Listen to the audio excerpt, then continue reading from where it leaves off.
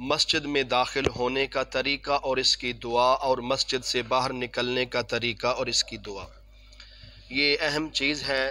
ہم مسجد میں داخل تو ہوتے ہیں، اگر ہم سنت کے مطابق داخل ہوں،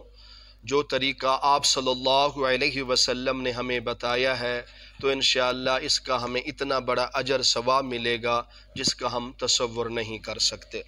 سب سے پہلے توجہ سے یہ بات سنیں کہ ہم نے مسجد میں کس طرح داخل ہونا ہے۔ تو مسجد میں داخل ہوتے وقت جب ہم نے صحن پر پہلا قدم رکھنا ہے مسجد میں،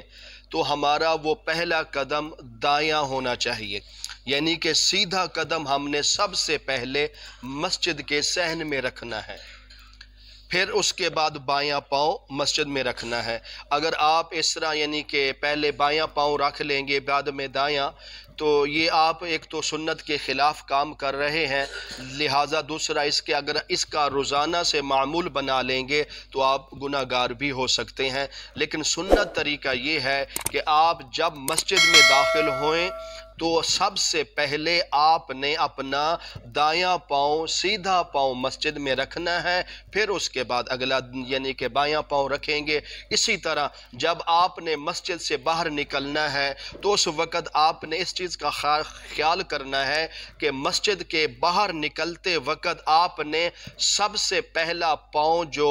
باہر رکھنا ہے وہ اپنے بایاں پاؤں رکھنا ہے، یعنی کہ الٹا پاؤں رکھنا ہے، پھر اس کے بعد دایاں پاؤں۔ یہ سنت طریقہ ہے۔ اگر ہم اس طرح مسجد میں آئیں گے، داخل ہوں گے اور مسجد سے باہر نکلیں گے تو انشاءاللہ اس کا ہمیں سنت کا بھی ثواب ملے گا، جو ہم نے طریقہ آپ صلی اللہ علیہ وسلم کا اپنایا ہے اس طریقے کا بھی ثواب ملے گا۔ اگر ہم مسجد میں داخل ہوتے وقت یہ دعا پڑھ لیں اللہم افتح لی ابواب رحمتک، اور مسجد سے باہر نکلتے وقت دعا پڑھ لیں اللہم انی اسألک من فضلک ورحمتک، تو انشاءاللہ سنت کا بھی آپ کو پورا ثواب ملے گا اور آپ کو اسی طرح یعنی کہ دعاؤں کا بھی مکمل ثواب دیا جائے گا۔